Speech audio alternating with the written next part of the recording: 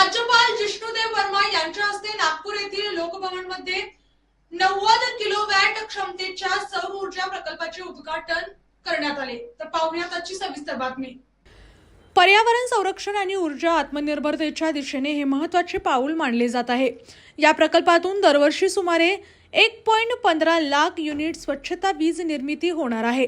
यावेळी बोलताना राज्यपालांनी हरित ऊर्जेचे महत्त्व अधोरेखित करत भविष्यातील ऊर्जेच्या गरजा पूर्ण करण्यासाठी सौर ऊर्जेसारख्या नवीकरणीय स्रोतांचा स्वीकार आवश्यक असल्याचे सांगितले।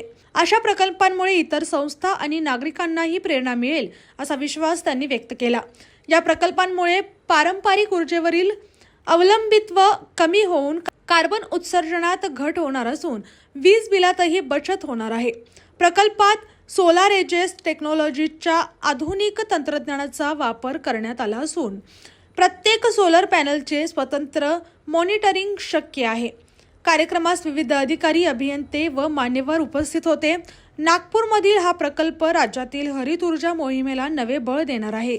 अशाच जिल्ह्यातील, राज्यातील व राष्ट्रीय स्तरावरील ताज्या बातम्या पाहण्यासाठी पाहत रहा SP9 मराठी न्यूज चॅनेल। या चॅनेलच्या माध्यमातून विविध क्षेत्रात उल्लेखनीय कार्य करणाऱ्या मान्यवरांच्या प्रेरणादायी मुलाखती तसेच महत्त्वाची माहिती आणि घडामोडी आपल्यापर्यंत पोहोचवल्या जातील। अशा नवीन बातम्या आणि माहिती मिळवण्यासाठी चॅनलला लाईक करा, शेअर करा आणि हो, सबस्क्राईब करायला विसरू नका। पाहत रहा SP9 Marathi, your time your news. धन्यवाद।